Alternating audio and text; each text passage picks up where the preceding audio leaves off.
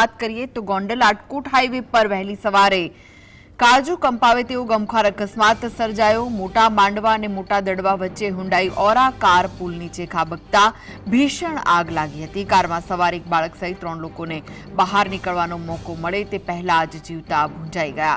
પુલ ઝડપે જતી કાર 8 ફૂટ ઊંચા પુલ નીચે ઊંધી પડતાની સાથે જ આગના ગોળામાં ફેરવાઈ ગઈ હતી। ઘટનાની જાણ થતાં જ ફાયર ફાઈટર અને 112ની ટીમે આગ પર કાબુ મેળવ્યો, પણ માત્ર હાડપિંજર જ મળ્યા છે। વહેલી સવારના ગાઢ ધુમ્મસ કે ઊંઘના ઝોકાના કારણે અકસ્માત સર્જાયા હોવાનું પ્રાથમિક અનુમાન છે। પોલીસે કારના નંબર અને એન્જિન નંબરના આધારે મૃતકોની ઓળખ કરવા તજવીજ હાથ ધરી છે।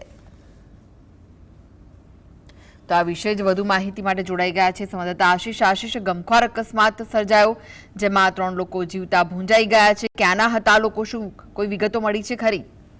જી ચોક્કસથી જણાવી દઉં કે સવારે આજે ગોંડલ રાજકોટ હાઈવે પર વહેલી સવારે કાળજુ કપાવ તેની ઘટના છે તે સામે આવી હતી, જેમાં મોટા માંડવા અને મોટા દડવા ગામ વચ્ચે 8 ફૂટની ઊંચાઈથી પુલ નીચે ખાબકતા જેમાં એક કારમાં છે તે ભીષણ આગ લાગી હતી અને અકસ્માતમાં કારમાં સવાર એક બાળક સહિત 3 લોકો છે તે બહાર નીકળવાનો મોકો મળે ત્યારે પહેલા જ જીવતા ભૂંજાયા છે।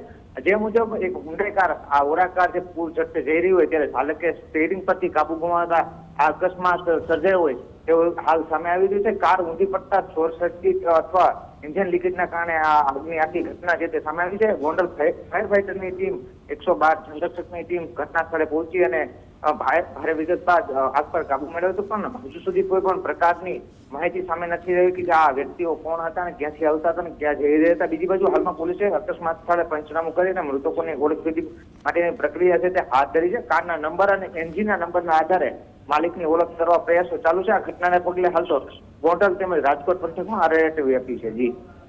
જી આભાર માહિતી આપવા માટે।